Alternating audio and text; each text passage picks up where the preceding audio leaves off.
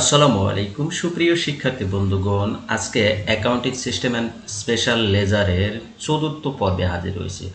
তো চতুর্থ পর্বে আমরা আজকে পার্সেস জার্নাল শিখব। তো গত পর্বে আমরা cash receipt journal, cash payment journal এবং সাবসিডিয়ারি জার্নাল এই তিনটা পর্বে তিনটি বিষয় আমরা শেষ করেছি। তো আজকে আমরা ক্যাশ পার্সেস জার্নাল শিখব, পার্সেস জার্নাল শিখব। পার্সেস জার্নালের মধ্যে আমরা নতুন কিছু আজকে শিখব, যে মাল্টিপল পার্সেস জার্নাল করলে কি কি আইটেম যায়, আর শুধুমাত্র পার্সেস জার্নাল করলে কি কি আইটেম যায়। এই জিনিসগুলো কিন্তু আমাদের জানতে হবে, না জানলে কিন্তু আমরা পরীক্ষার হলে গিয়ে অঙ্কগুলো করতে পারবো না। তো আশা রাখি সবাই ধৈর্য সহকারে আমার সাথে থাকবে এবং পার্সেস জার্নালের সকল খুঁটিনাটি বিষয়গুলো শিখবে। So let gets started.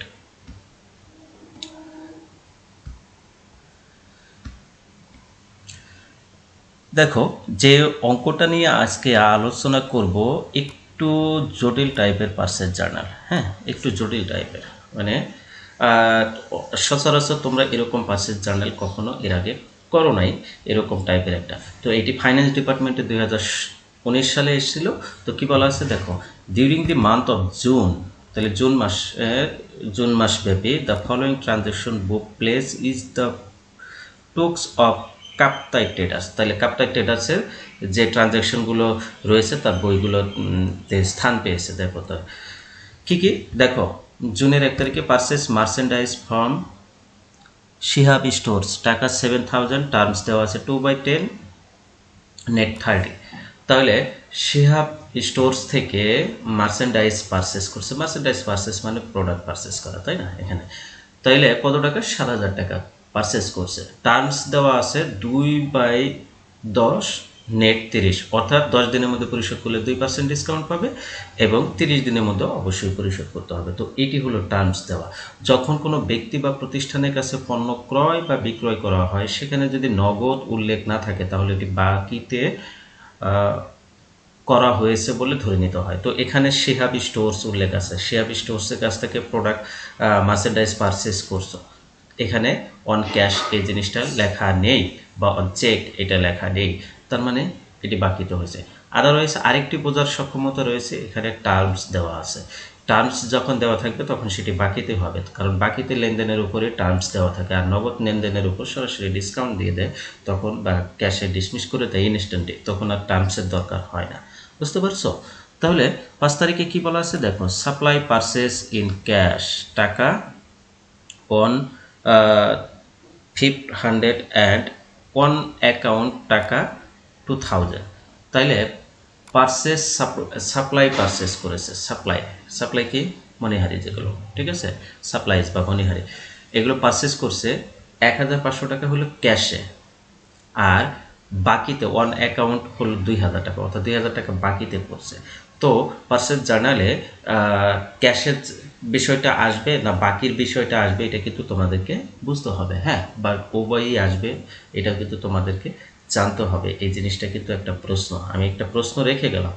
Cash purchase জার্নালে শুধুমাত্র বাকিতে ক্রয়কৃত মালগুলো আসবে, নাকি নগদে ক্রয়কৃত মালগুলো আসবে, না নগদ এবং বাকি উভয় ক্রয়ে মালগুলো আসবে?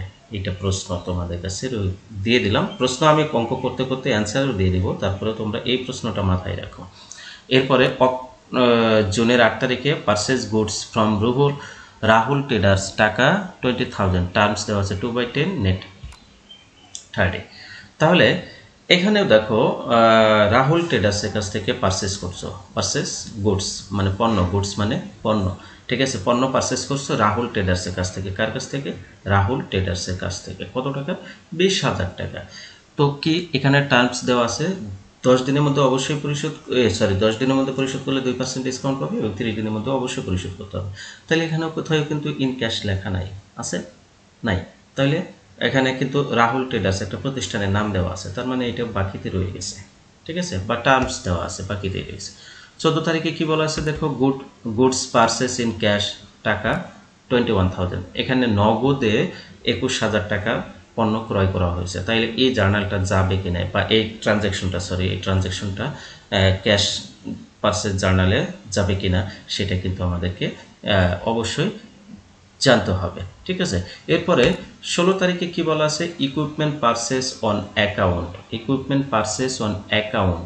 তাহলে ইকুইপমেন্ট পারচেস করছি, কি করছি, ইকুইপমেন্ট পারচেস করছি কত টাকা, 27,000 টাকা। ইকুইপমেন্ট পারচেস করছি 27,000 টাকা অন অ্যাকাউন্ট, এখানে বলা আছে অন অ্যাকাউন্ট মানে বাকিতে, হ্যাঁ। তাহলে 27,000 টাকার ইকুইপমেন্ট, ইকুইপমেন্ট কি, সরঞ্জাম, সরঞ্জাম ক্রয় করছি। তাহলে এটা সম্পদ, কিন্তু সরঞ্জামটা এটা একটা সম্পদ, ঠিক আছে।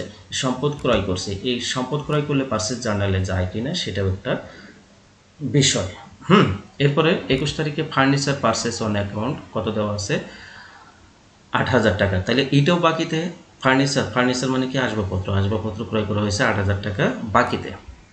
25 তারিখে purchase goods from Rima traders টাকা 2,000, terms 2/10, net n by net 30। তাহলে এখানেও কিন্তু টার্মস দেওয়া আছে 2/10 এবং নেট 30, অর্থাৎ 10 দিনের মধ্যে পরিশোধ করলে 2% ডিসকাউন্ট পাওয়া হবে এবং 30 দিনের মধ্যে অবশ্যই পরিশোধ করতে হবে। এখানে নাম দেওয়া আছে রিমা ট্রেডার্স, হ্যাঁ। তাহলে এটা পণ্য পারচেস করছে কত টাকা, 2,000 টাকা। তাহলে এটা বাকিতে ক্রয় করা হয়েছে।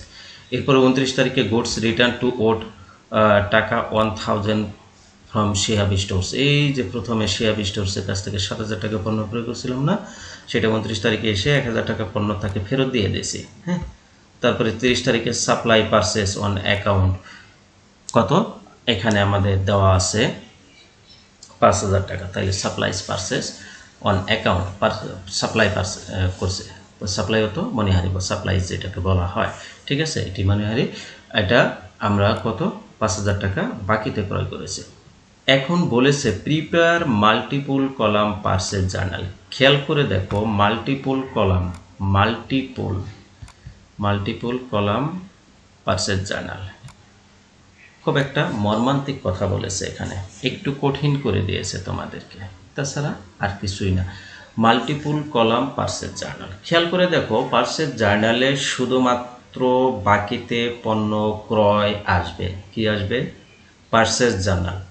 যদি বলে পারচেস জার্নাল করো, তাহলে শুধুমাত্র বাকিতে পণ্য ক্রয় আসবে, পণ্য ক্রয়, not equipment, not supply, not furniture, এগুলো কিন্তু আসবে না, শুধুমাত্র পণ্য ক্রয়। পণ্য ক্রয় কি, গুডস লেখা থাকবে অথবা মার্চেন্ডাইজ লেখা থাকবে, তো এই জিনিসগুলো আসবে পারচেস জার্নালে।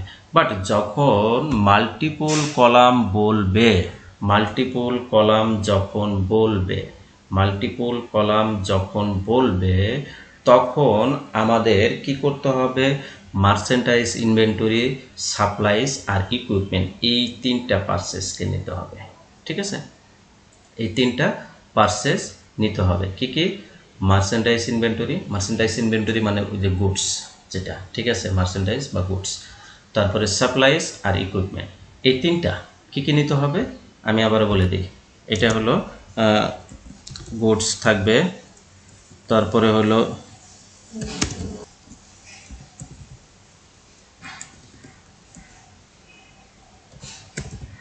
সাপ্লাই, তারপরে হলো ইকুইপমেন্ট,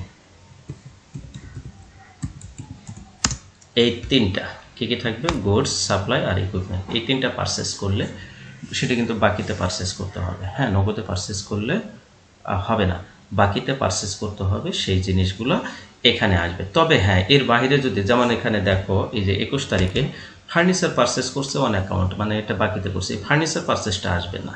কি কি আসবে, গুডস, সাপ্লাই আর ইকুইপমেন্ট, এই তিনটা মাল্টিপল কলাম পারচেস জার্নালে, মাল্টিপল কলাম পারচেস জার্নাল বললে এই তিনটা পারচেস আসবে, গুডস, সাপ্লাই আর ইকুইপমেন্ট। মনে রাখবা, গুডস, সাপ্লাই আর ইকুইপমেন্ট।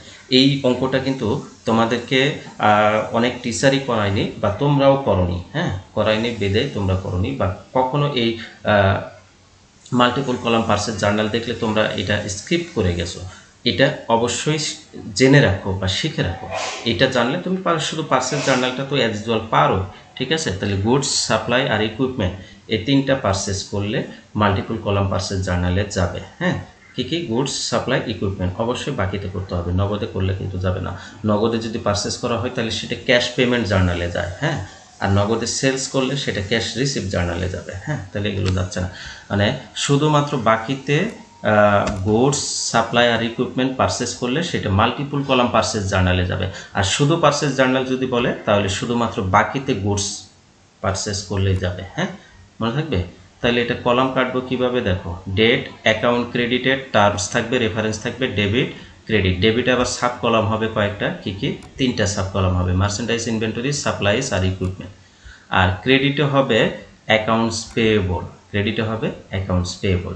তাইলে দেখো জুনের 1 তারিখে 7,000 টাকা বাকিতে ক্রয় করছি মার্চেন্ডাইজ ইনভেন্টরি। তাহলে এখানে কি হবে, জুনের 1 তারিখ কার কাছ থেকে ক্রয় করছি? শিয়াব স্টোরসের কাছ থেকে। এখানে তার যে টার্মসটা দেওয়া আছে সেটা লিখে দেবো, মার্চেন্ডাইজ ইনভেন্টরি করে 7,000 টাকা আর অ্যাকাউন্টস পেয়েবলের করে 7,000 টাকা বসাই দেবো। জার্নালটা কি হবে, বাকিতে পণ্য ক্রয় করলে purchase debit, accounts payable credit, বা merchandise inventory debit, accounts payable credit. এই জন্য মার্চেন্ডাইজ ইনভেন্টরি ডেবিটের করে 7,000, অ্যাকাউন্টস পেয়েবলের করে 7,000 টাকা বসাই দিলাম। ঠিক আছে, এরপরে দেখো 5 তারিখে কি বলা আছে, সাপ্লাই পারচেস ইন ক্যাশ 1500 টাকা আর অ্যাকাউন্টস অন অ্যাকাউন্টস 2,000 টাকা। তাইলে এই 2,000 টাকাটাই হিসাব আসবে, 1500 টাকা আসবে না, ক্যাশে হয়েছে। ক্যাশে হলে এটা যেটা ক্যাশে হয়েছে ইনস্ট্যান্ট ক্যাশ দিয়ে দিয়েছে, এটা ক্যাশ পেমেন্ট জার্নালে যাবে। বাট এই 2,000 টাকা বাকিতে হয়েছে, তাইলে এটা বাকিতে যাবে। তাইলে এখানে ক্রেডিট অ্যাকাউন্ট হবে অ্যাকাউন্টস পেয়েবল, হ্যাঁ, অ্যাকাউন্টস পেয়েবল ক্রেডিট। আর এখানে ডেবিটে হবে সাপ্লাইস। তাহলে দেখো 5 তারিখ এখানে আমরা কি বসাই, টাইটেলে ক্রেডিট অ্যাকাউন্ট বসাই। তাহলে এখানে ক্রেডিট অ্যাকাউন্ট অ্যাকাউন্টস পেয়েবল যখন হবে এখানে লেখাই আছে, এখানে আর বসানোর দরকার নেই। হ্যাঁ, যখন খালি কোনো প্রতিষ্ঠানের নাম যদি উল্লেখ থাকে তখন প্রতিষ্ঠানের নামটা এই অ্যাকাউন্ট ক্রেডিটে করে বসাবো, তাছাড়া আদার্স চয়েস বসাতে হবে না। তাহলে এটা জার্নাল কী হবে, 2,000 টাকা আসবে কিন্তু 1500 টাকা আসতেছে না। তাহলে সাপ্লাইজ ডেবিট 2,000 টাকা আর অ্যাকাউন্টস পেয়েবল ক্রেডিট 2,000 টাকা।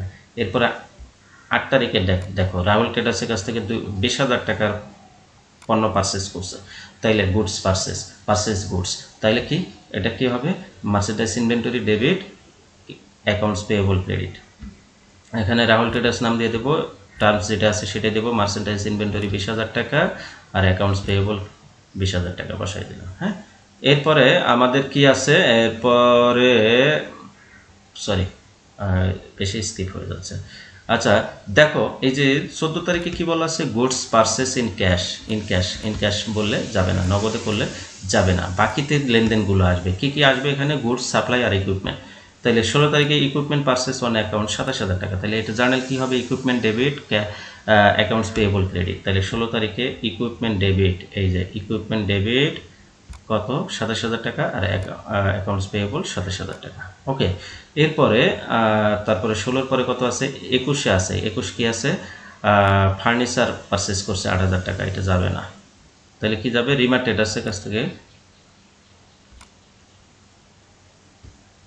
আচ্ছা, ফার্নিচার পারচেস 8,000 টাকা,